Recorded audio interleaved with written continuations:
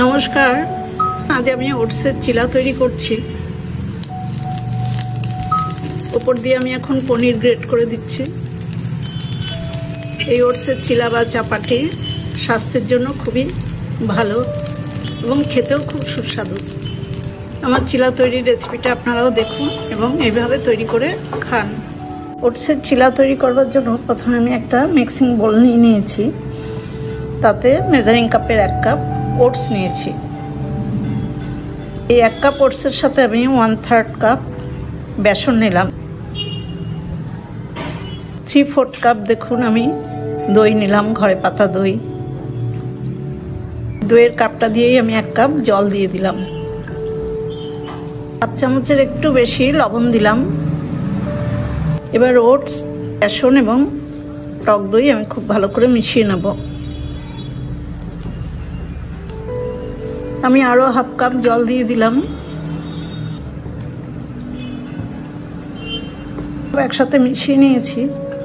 এবার এই ব্যাটারটা আমি 10-15 মিনিটের জন্য ঢেকে রাখবো। ওটসের ব্যাটারটা আমার 15 মিনিট রেস্ট করা হয়ে গেছে। দেখুন ওটসটা খুব ভালো ভিজে গেছে। ওটসটা ভিজিয়ে রাখার জন্যই কিন্তু একটু রেস্টে রাখতে হয়। ওটসের ব্যাটারটা রেস্ট হতে হতে দেখুন আমি কিছু সবজি রেডি করে নিয়েছি। এগুলো সব ব্যাটারের মধ্যে দেব। একটা ছোট গাজরের হাফ পোর্শন আমি এরকম গ্রেট করে নিয়েছি। একটা ছোট টমেটো নিয়েছি। কয়েকটা কাঁচা লঙ্কা কুচিয়ে নিয়েছি। কাঁচা লঙ্কাটা আপনারা নিজেদের পছন্দ মতো দেবেন। আর দেখুন ধনে পাতাও কুচিয়ে নিয়েছি। আর 1/2 চামচ মতো আদা গ্রেট করে নিয়েছি। মশলার প্লেটটা ধুয়ে একটু জল দিলাম, কারণ আমার আরও একটু জল দরকার হবে। আর দিলাম 1 চা চামচ চাট মশলা।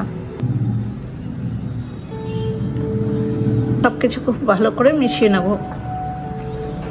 এই ব্যাটারটা কিন্তু খুব পাতলাও না, আবার খুব ঘনও হবে না। সব মেশানো হয়ে গেছে। এবার আমি ওটস চিলাগুলো ভাজবো। সেই জন্য আমি গ্যাসের উপরে লো টু মিডিয়াম ফ্লেমে একটা ফ্রাই প্যান বসিয়ে দিয়েছি। প্যানটা গরম হয়ে গেছে। এবার একটু বাটার দিয়ে দিলাম। সামান্য একটু বাটার দিয়ে নিচটা ব্রাশ করে নিলাম।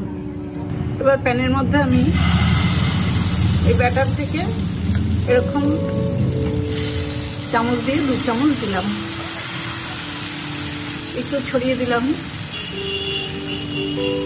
আঁচটা কিন্তু খুব বাড়িয়ে দিলে তাড়াতাড়ি পুড়ে যাবে, ভেতরটা ভালো হবে না। আরও একটু টেস্টি এবং হেলদি করার জন্য আমি দেখুন এই গ্রেটার দিয়ে একটু পনির গ্রেট করে দিচ্ছি উপরে। বাচ্চাদের এরকম থাকলে খুব ভালো খাবে। চিজ না দিয়ে পনির দেবেন। উপর দিয়ে আরেকটু বাটার দিয়ে দিলাম। আমি একটু ঢেকে দিলাম। এই ঢাকা অবস্থায় কিছুক্ষণ রাখবো। লো টু মিডিয়াম আছে। আমি 2 মিনিট পর ঢাকাটা খুলে নিচ্ছি। আমার নিচের দিকটাও হয়ে গেছে। এবার আমি উল্টে দেব। উল্টে দেওয়ার পর আমি আর ঢাকা দেব না, কারণ একবার ঢাকা দিয়েই আমার সব ভেতরটা ভালো সেদ্ধ হয়ে গেছে। আমি আরও একটু বাটার দিয়ে দিলাম। বাটারটা আমি লিকুইড করে নিয়েছি। ভালো করে উল্টে পাল্টে আমি চিলাটাকে ভালো করে ভেজে নিলাম। একদমই হয়ে গেছে। এবার আমি একটা প্লেটে নামিয়ে নেব। আবার একটা করবার জন্য আমি আবার একটু বাটার দিয়ে দিলাম। 2 হাতা ওটসের ব্যাটার দিয়ে আমি আবার একটু স্প্রেড করে দিচ্ছি। উপর দিয়ে আবার একটু পনির গ্রেট করে দেবো। একটা চিলা তৈরি করে নিলাম। এভাবে আমি বাকি সবকটাই করে নেব। দেখুন 3টে প্লেটে আমি নামিয়ে নিয়েছি। এই খাবারটা এতটাই হেলদি বা স্বাস্থ্যকর যে ছোট বড় বয়স্ক সবার জন্যই এই খাবারটা খুবই প্রযোজ্য। আমি এই চিলার সাথে নারকেলের চাটনি সার্ভ করেছি। আমার এই চিলা তৈরির রেসিপিটা দেখে আপনাদের যদি ভালো লাগে তাহলে একটা ছোট্ট লাইক আর শেয়ার করে দেবেন। সবাই খুব ভালো থাকবেন, সুস্থ থাকবেন। ধন্যবাদ।